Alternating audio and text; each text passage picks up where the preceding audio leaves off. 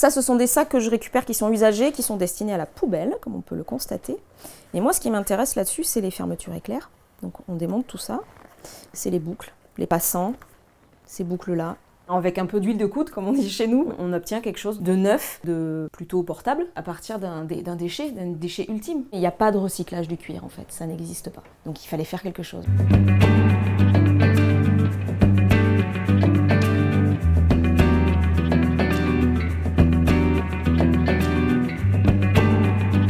C'est ici que tout démarre, ici que la matière première arrive. Donc il s'agit bien de cuirs qui ont déjà servi, on le voit bien, ce sont des manteaux usagés, des vêtements usagés. Et moi, c'est ce qui est vraiment au cœur de Mutane, hein, c'est vraiment de pouvoir ressusciter ces cuirs qui, normalement, n'ont plus de vie. Pour eux, leur vie s'arrête là. Et ben non, on vient leur donner une seconde chance, en tout cas pour ceux qui ont la chance d'être en cuir.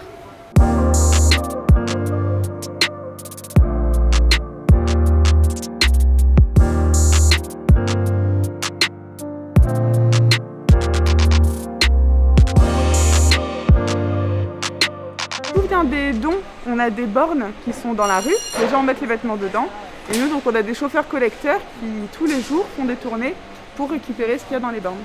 Donc moi je suis chargée de recevoir les professionnels, donc ça peut être des forains, des fripiers, des créateurs.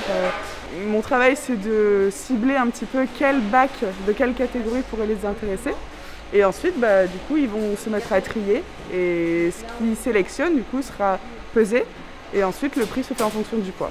Celui-ci, par exemple, il est intéressant parce qu'on a une belle pièce à l'arrière, là. Un joli cuir qui est assez épais, qui tient bien, qui n'a pas craqué, qui va pouvoir être récupéré certainement pour un sac. Les trouvailles de la journée, on a quelques blousons en cuir ou en croûte de cuir. Et puis on a des sacs, des vieux sacs qui ont été extraits des poubelles. De manière à ce que je puisse récupérer les boucles dessus. Ça, clairement, c'est le genre de choses que je peux récupérer pour réutiliser sur d'autres sacs. On est dans un endroit qui fait travailler les personnes éloignées de l'emploi. Et c'est le cœur du relais, en fait. Hein. C'est à la fois une action environnementale et sociale. C'est ce qu'on appelle un acteur de l'ESS, économie sociale et solidaire. Et pour moi, c'est vraiment c'est hyper important de promouvoir et de soutenir ces modèles-là.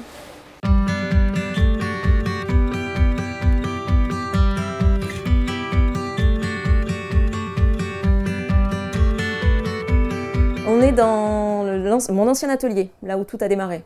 En fait. Donc l'idée c'était de pouvoir travailler en limitant les charges de départ. Donc on a installé ce chalet au fond du jardin à la maison. Aujourd'hui c'est devenu juste un espace entre guillemets de stockage pour lorsque je récupère des cuirs avant de les trier, de les amener à l'atelier, ils passent d'abord par ici. Je suis communicante de métier initialement, j'ai une formation en communication. Je travaille toujours en communication aujourd'hui. Les différentes rencontres, émissions que j'ai pu être amenée à faire en fait m'ont fait découvrir la thématique du développement durable, de l'environnement. Il n'y a pas de recyclage du cuir. En fait, ça n'existe pas. Donc il fallait faire quelque chose. J'étais attirée par l'artisanat, j'ai toujours aimé le cuir sans vraiment m'en rendre compte.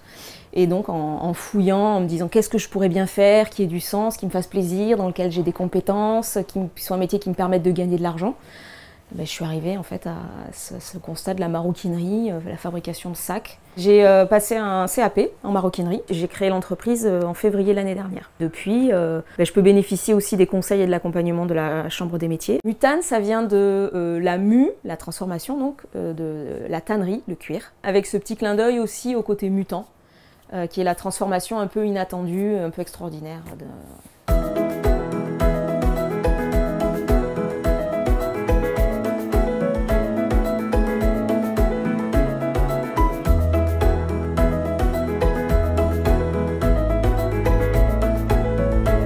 Alors bienvenue dans mon atelier, dans l'atelier de maroquinerie. Aujourd'hui on va fabriquer une pochette soirée. L'idée quand on tapisse c'est de positionner à peu près toutes les pièces qu'on a, tous ces morceaux de patron pour pouvoir arriver à optimiser l'espace et utiliser le plus de cuir possible et gaspiller le moins possible. Après avoir coupé le cuir, donc là on a nos différents morceaux de cuir, là moi j'ai commencé par la pose des accessoires, les tops magnétiques qui vont servir à la fermeture et ensuite je vais commencer l'assemblage.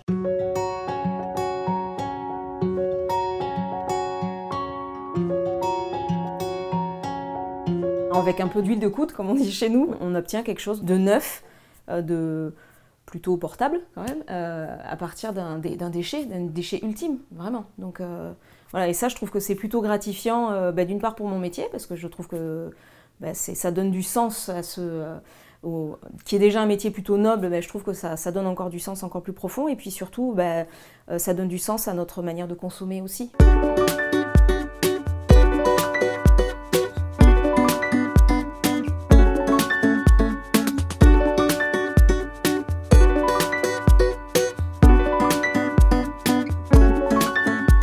Le label Réparacteur, c'est un label proposé par la Chambre des métiers et de l'artisanat. L'objectif, c'est de réparer. C'est de pouvoir avoir sur les territoires des acteurs de la réparation. Parce que Mutane, effectivement, dans l'idée, c'est ressusciter la matière, mais comme n'importe quel, entre guillemets, médecin, avant de ressusciter, c'est quand même de sauver la vie. C'est ce que j'essaie de faire aussi, c'est-à-dire les clients peuvent venir me voir avec des sacs à réparer, des ceintures à recoudre, ce genre de choses. Dans la mesure où c'est réparable, évidemment, l'atelier est équipé pour faire de la réparation. La Chambre des métiers est essentielle dans le parcours. Depuis que j'ai créé l'entreprise, ils sont vraiment présents, à l'écoute et puis de bons conseils. Le pari est clairement réussi puisqu'on arrive à ressusciter de la matière pour en faire des beaux objets qui plaisent et qui permettent d'en vivre.